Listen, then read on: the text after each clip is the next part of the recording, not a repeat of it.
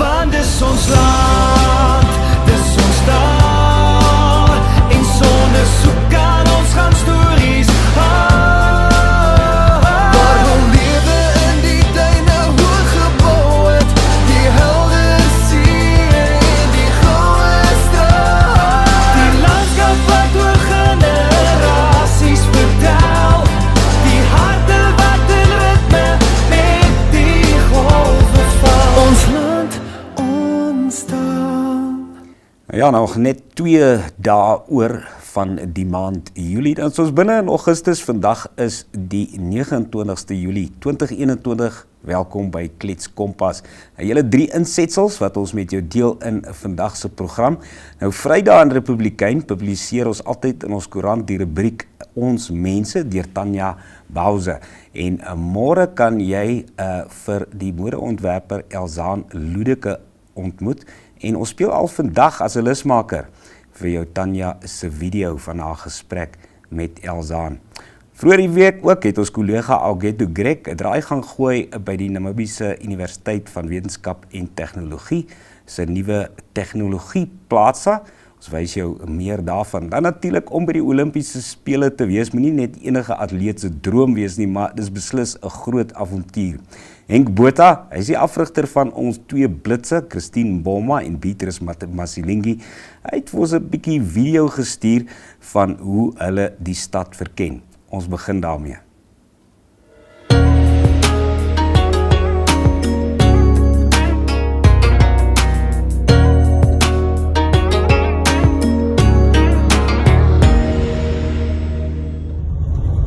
Still on our road our way to the stadium. There you can see a Ferris wheel and it looks like an entertainment park over there, also some housing and a very interesting bridge that we will follow now. So this bridge will go towards the right hand side and then have a sharp turn to the left and then another sharp turn to the right. So this is not like a straight bridge going over the river or sea or the ocean. And then what you, I don't know whether you will be able to see, there's also the Olympic rings is in the middle of the sea there. I'll try and show you guys now. And then on the left hand side of the building there's a camera going up and down.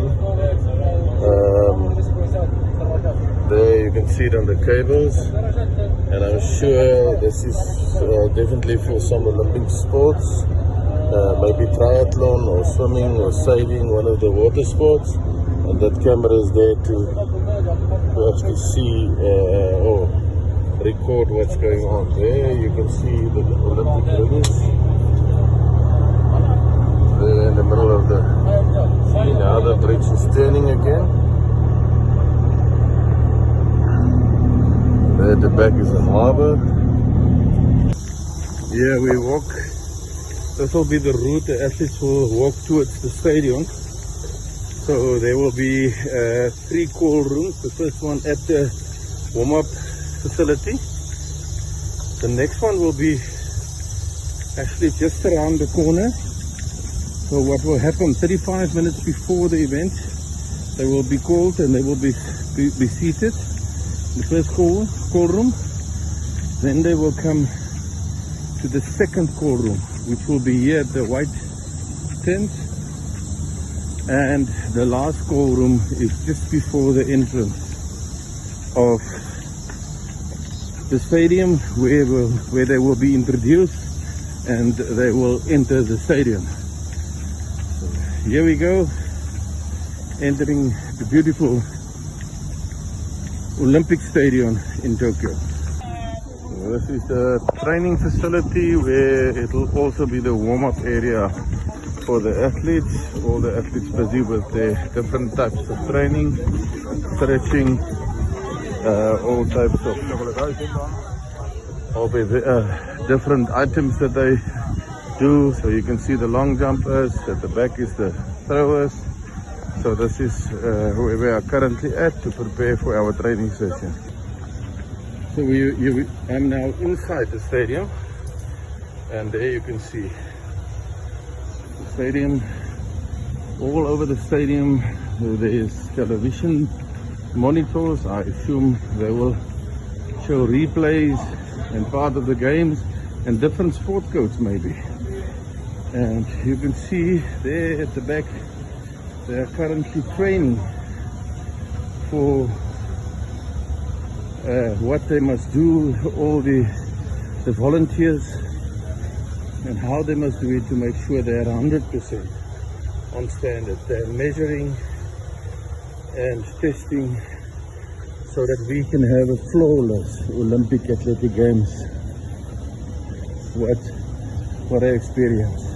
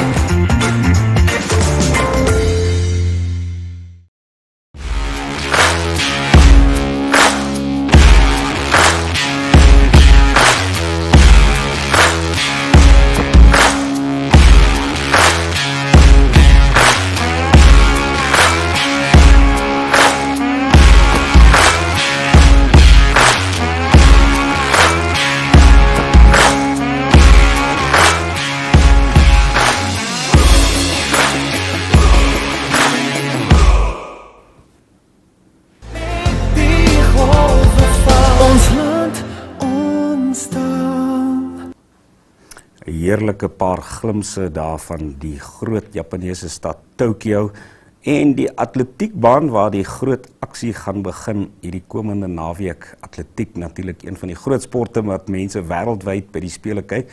En die uitdaging vir die 200 meter waar ons twee atlete in aksie gaan wees is 3:30. Dis in die oggend, ja, maandagoggend. So stel jou wekker beslis vir daai. Kom ons loer gou net vinnig na vandag se uitgawe. Ons wys hom vir jou digitaal soos altyd. Daar's ons voorblad. Nou twee baie interessante foto's daarvan 'n skeepswrak, een van die baie aan die Namibiese kus. En dit wys die verskil tussen 2008 en 2021 en 'n mens kan duidelik sien hoe die see eintlik opgeskuif het in daardie klompie jare. Jy kan ook lees op die regterkant van Anita Sasaki, sy bly in Japan, haar is oorspronklik by, sy is 'n Namibier, en sy leer ook nou weer vir Japanners Afrikaans, hier in die tyd van die Olimpiese Spele.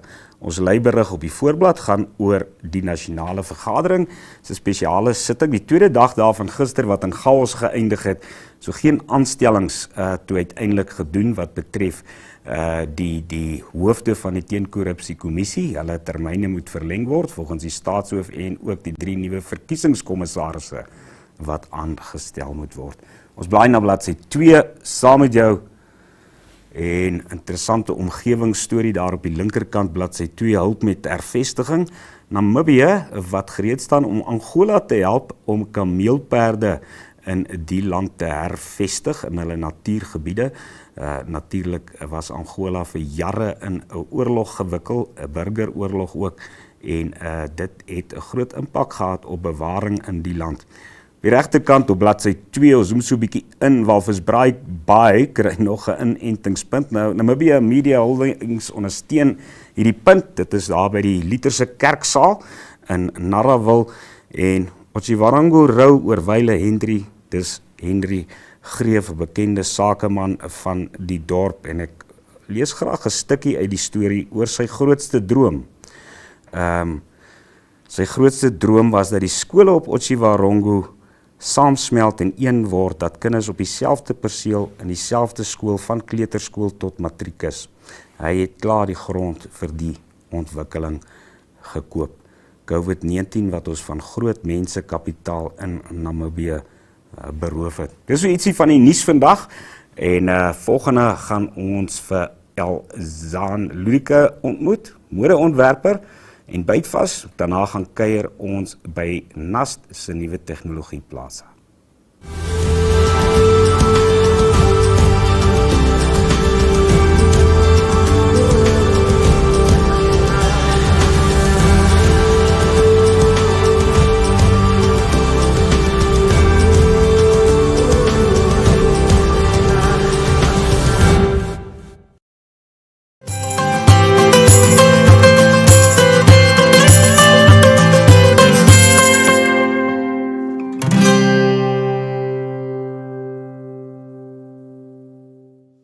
Hi, I'm Elzane Ludeke and I'm a fashion designer. I have 3 different brands at the moment and I'm going to tell you a bit more about that later. I was born in Namibië, in Windhoek. Basically, after attending school here in Windhoek, I went to study in Stellenbosch. I studied fashion design. During that time, I specialized in leather work. So the first time they offered a 4th-year program was just when I graduated. So I was lucky enough to attend that. There I specialized in exotic leather handbags and did an internship at Cape Cobra Leathercraft. After that, they then actually employed me, where I started my journey with exotic leather handbags. I've always been amazed by leather and the smell and how it works and what you can do with it. So I decided to pursue my career in that. And then I came back to Namibia, where I assisted with starting up a leather handbag manufacturing plant here. Very small, just a few people. So I started training the people here. I started building the skill and empowering people as well to start doing their own thing as well, because this is something that can easily be done at home if you do the hand stitched and hand sewing things. So I went to be, I was a production manager there for a time before I started my own brand in 2018 called Mboma. Mboma means truthful in Damara. So I got the inspiration from just being true to yourself. And the fashion industry can sometimes be such a pretentious, fake industry, but you also don't need to, it doesn't need to be. So I want to encourage people to be just exactly who they are, to buy something that they feel suits them, and to also just to cater to all the different types of people. So that is Mboma. That is still my firstborn and my baby. So and it took some time to actually do the setup, and obviously with COVID we've experienced some hurdles, but I am back at designing the second range and hopefully launching that soon.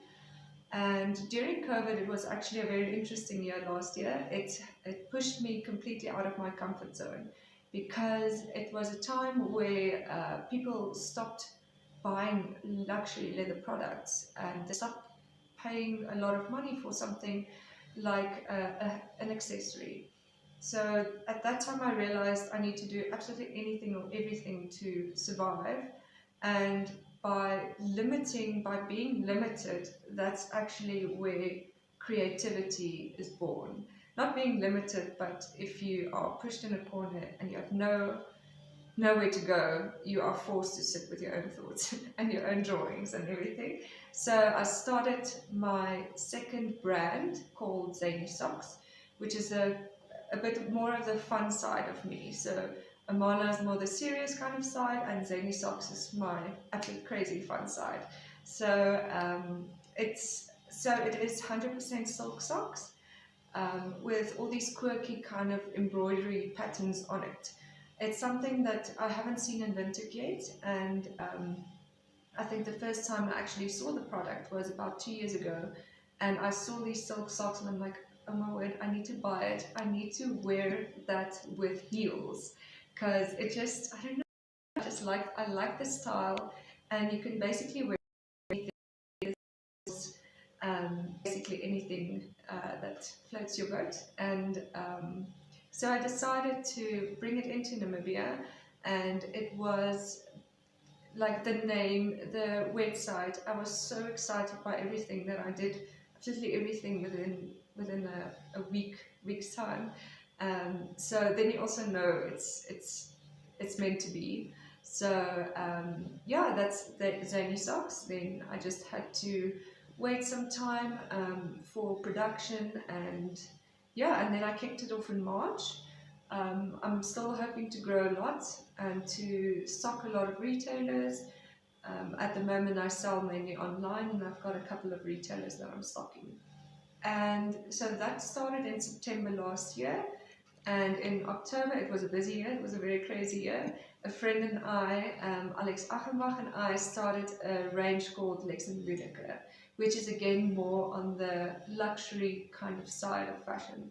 It is a clothing brand where we specialize in once-off pieces that has a lot of embroidery, a lot of detail, a lot of gems.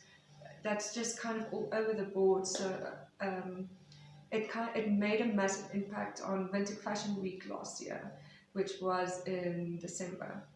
So this year it's quite, I've got my hands full with 3 brands. So I'm mainly focusing on Mboma at this stage.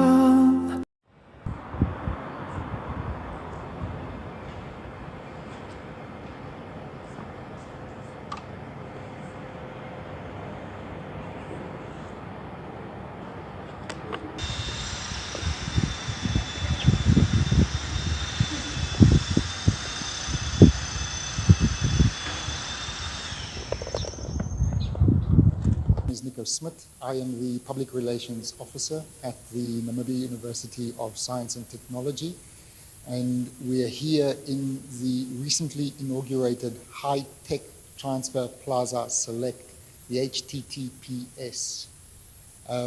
So this facility is you can call it an ecosystem for knowledge transfer, co-creation, co-design, and co-development between academia in general and NUST specifically, and potential partners in a wide range of sectors, from the private sector, the public sector, startups, and of course entrepreneurs. So what this facility houses, it's a sixth floor facility. It houses a number of parking bays, roughly 200 of them. And then, as I'm sure you'll see in a short while, it has a number of presentation rooms, a number of meeting rooms. It's got a number of classroom-size venues where teaching and learning, presentations can take place, but also some office space, and space where people can really meet, discuss ideas, plan research to test those ideas, undertake plan research to develop and design new products, be these with applications to agriculture, to biotechnology, application in the IT sector, specifically thinking about cybersecurity, high-speed computing, artificial intelligence, And of course, an important aspect of this is that NUST houses the India-Namibia Center for Excellence in IT, where a supercomputer is located, and this will also be of use for the work being done here at the HTTPS.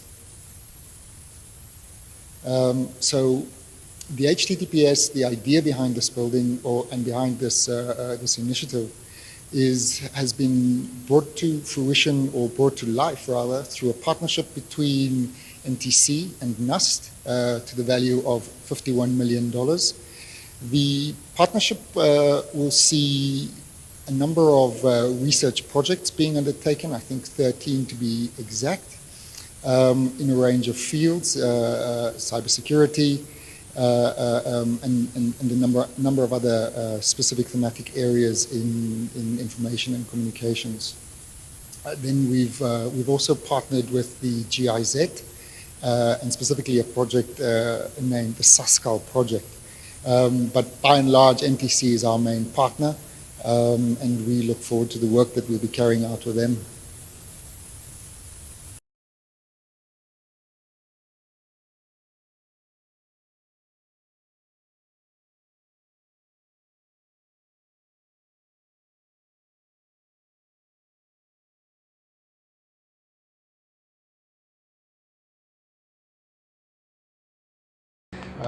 I'm now outside the newly inaugurated HTTPS building.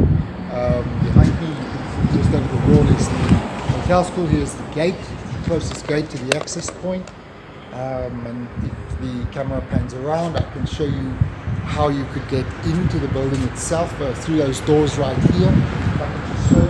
Right through these doors here, there's an elevator. You take that elevator up all the way to the 6th floor, and you'll have arrived at the HTTPS.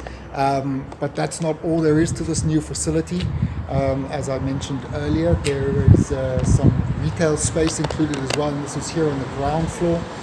One of these spaces will be reserved for a virtual reality hub, which is also where people, if they're working on interesting projects or innovations in VR or augmented reality, they can come and do their testing and product development over here.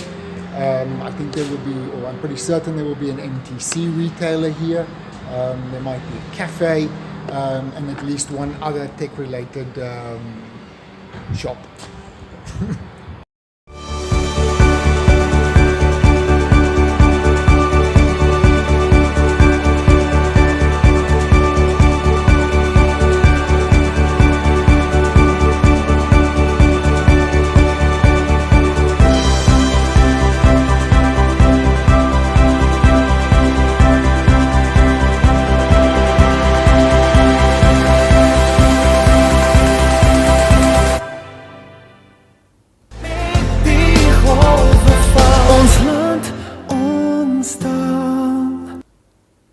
Dankie dat jy saam gekyk het. Dit was Kletskompas vir vandag.